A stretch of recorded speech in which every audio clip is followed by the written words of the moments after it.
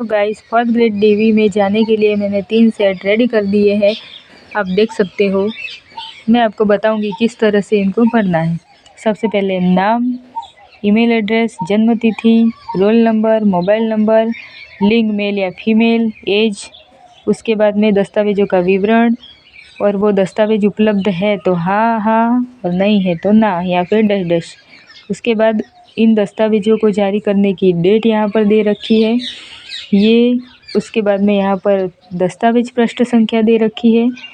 आप देख सकते हो, जैसे कि मेरा स्क्रूटनी फॉर्म दस्तावेज पृष्ठ संख्या 1 से 14 तक है, तो मैंने 1 से 14 यहाँ पर मेंशन कर दिया है।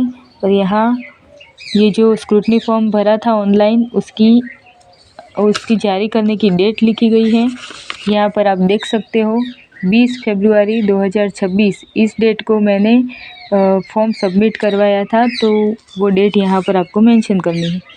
उसके बाद में यहाँ मार्कशीटें दे रखी है। मार्कशीट जो भी आपने ऐड की है वो तीनों की जारी करने की डेट यहाँ पर लिखनी है। तीनों मार्कशीट दे रखी है मैंने, 10th की, 12th की, ग्रेजुएशन की। जब मैंने फॉर्म भरा था ये तीनों ही दे रखी थी, इसलिए मैंने ये तीनों ही यहाँ पर ऐड की है। उसके बाद मूल निवास प्रमाण पत्र, उसके बाद जाति प्रमाण पत्र। और आपने अगर पुराना बनाया हुआ है मूल निवास और जाति प्रमाण पत्र पुराना है, तो नया बनाया है तो उसका एक एफिडेविट भी बना के देना है।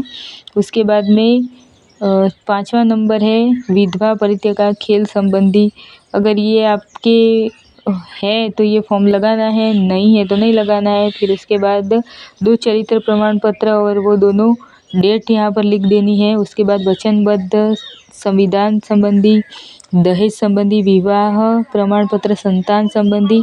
इस तरह से ये जो भी यहाँ पर लिख रखा है, उस डॉक्यूमेंट को जारी करने की डेट यहाँ पर लिखनी है और यहाँ पर पृष्ठ संख्या लिखनी है। तो मैं आपको बता देती हूँ कि मैंने कैसे कैसे बनाया। सबसे पहले ये देख लो कि इसकी रसीद यहाँ पर ऐड की है। उसके बाद में ये अपना स्क्रूटनी फॉर्म है। स्क्रूटनी फॉर्म के बाद अपना है अटेस्टेशन फॉर्म। अटेस्टेशन फॉर्म के बाद में है प्रोविजनल ई सर्टिफिकेट। प्रोविजनल ई सर्टिफिकेट के बाद आवेदन पत्र के बाद में ये सारी अपनी मार्कशीट आ गई 10th की। फिर उसके बाद 12th के बाद ये ग्रेजुएशन की तीनों ईयर्स की मार्कशीट मैंने यहाँ पर लगा दी है। उसके बाद में ये ग्रेजुएशन की डिग्री है। उसके बाद RSCIT फॉर्म के बाद में ये मूल और जाति पुराना बनाया था तो मैंने नया बनाया है, उसके लिए ये मैंने एक शपथ पत्र यहाँ पर ऐड कर दिया है। ये मूल निवास प्रमाण पत्र, जाति प्रमाण पत्र।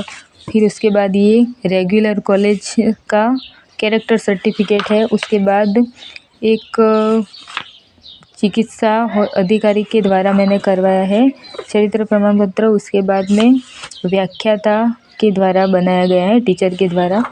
उसके बाद वचनबद्ध प्रपत्र, संविधान संबंधी प्रपत्र, अविवाहित शपथ पत्र, दहेज से रिलेटेड जो है वो। उसके बाद संतान संबंधी शपथ पत्र, घोषणा पत्र, सामान्य घोषणा पत्र है वो।